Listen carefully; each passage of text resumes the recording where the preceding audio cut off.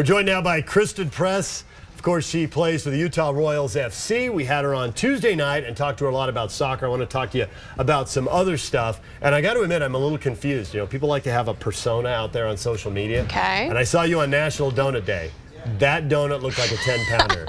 Was that like, did you find that donut? Was that donut like made for you as some sponsorship opportunity? I'm wondering what you're saying about my persona in reference to the donut. Well, versus when I go back through it, I see you eating healthy. I see you promoting, you know, sports drinks, which I didn't really go into it, but I assume, you know, you're exercising, they replenish, you know, key vitamins and minerals. And then I see this big old sugar blob carb. Donut. Yeah, right. Well, I have a sweet tooth. I admit it. I love donuts. I love food in general. That was an enormous donut from Donut Vault. It was the biggest donut I've ever had, and it was delicious. Yeah. When you go to Portland, and now, of course, under pressure, I'm blanking on the name, but there's a great donut place in Portland. Look it up. Voodoo. Yes, Voodoo Donuts. Ah, I got it. I knew it all along. I was testing her. Yeah.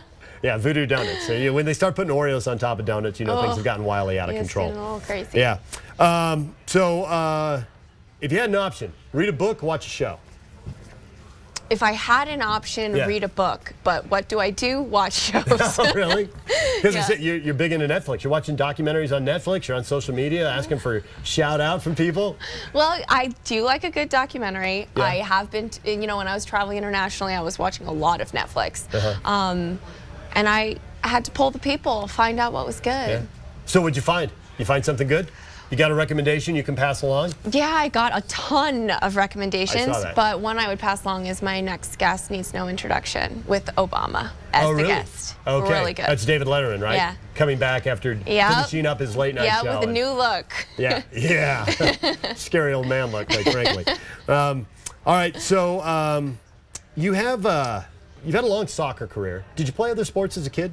Yes, I did. Growing up in Palos Verdes, you had a lot of opportunity, I'm sure. Played tons of other sports, mainly tennis, and then ran track, which, the speed in soccer. It was a little bit of a soccer cross-training thing. Right. Okay. What'd you run in track?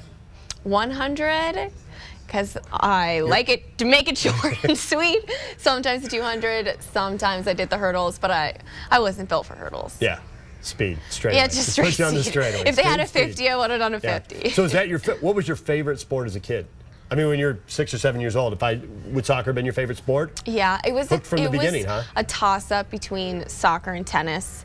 I think I actually liked, when I was little, the sport of tennis more, but I liked being on a team more than I liked tennis. What'd you like about tennis? It's so intense.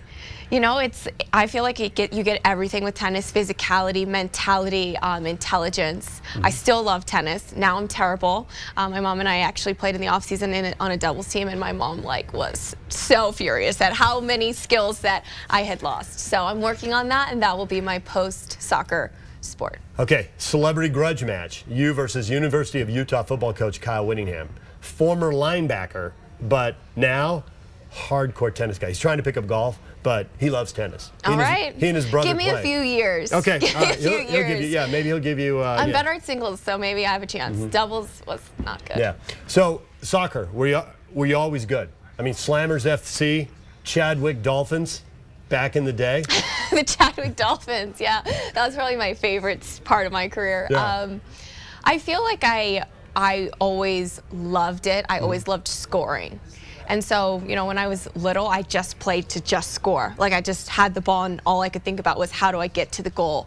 So I don't know if that was like I loved football, but like I loved scoring, and I loved like how much my parents were so happy when I scored that it was just like I would do anything to get in front of the goal. So what's the most you've ever scored in one game? I mean, as a kid, did you? Yeah, I scored a lot of goals, like when it was like 7v7. Yeah, right. Yeah. Those were the good days. I wish you could go back to that.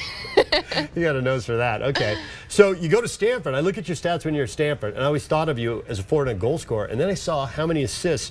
Your sophomore year, 11 assists. Your junior year, 16. Okay, I'm not following Stanford women's soccer. Were they playing you up top?